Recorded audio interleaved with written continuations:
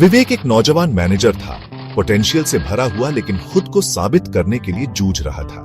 उसे गुस्सा जल्दी आता था, वो जल्दी किसी के बारे में राय बना लेता था और अक्सर खुद को कमतर महसूस करता था। उसकी टीम को उसके साथ काम करने में दिक्कत होती थी, जिसकी वजह से काम बिगड़ता था और सब फ्रस्ट्रेट रहते थे। विवेक जानता था कि उसे बदलना होगा, लेकिन वो अपनी नकारात्मक भावनाओं के जाल में फंसता जा रहा था। वो समझ नहीं पा रहा था कि वो ऐसा क्यों करता है। ये तो दूर की बात है कि उसे कैसे ठीक किया जाए।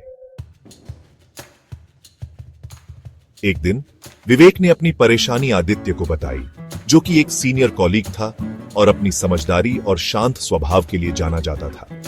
विवेक ने जैसे ही अपने दिल की बात कहनी शुरू की, आदित्य शांति से उसकी बात सुनता रहा। विवेक, आदित्य ने धीरे से कहा, किसी भी चुनौती से पार पाने का पहला कदम है खुद को समझना।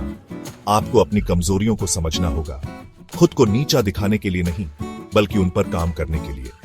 उसने विवेक को the law of human nature नाम की किताब दी, जिसके बारे में कहा जाता था कि यह इंसानी स्वभाव के राज खोलती है। जैसे जैसे विवेक किताब में आगे बढ़ता गया, उसे एक अलग ही स्पष्टता महसूस होने लगी। उसने अपने अहंकार को नियंत्रित करने और दूसरों के नजरिए को समझने के महत्व के बारे में सीखा।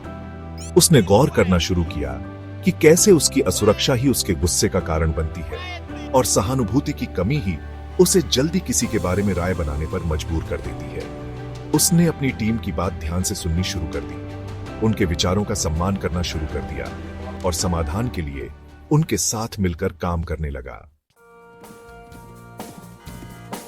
विवेक में आया बदलाव बहुत बड़ा था।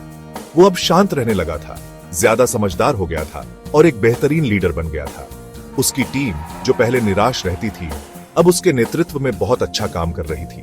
विवेक के सफर ने उसे सिखाया कि सफलता की असली कुंजी अपने ह्यूमन नेचर को नकारने में नहीं, बल्कि उसे समझने और उस पर काबू पाने में है। उसने महसूस किया कि उसकी जिंदगी बदलने की ताकत उसी के अंदर है, जैसे कि हम सभी के अंदर होती है। The law of human nature की एक कॉपी आज ही खरीदें और खुद को खोजने और बदलने के अपने सफर पर निकल पड़े।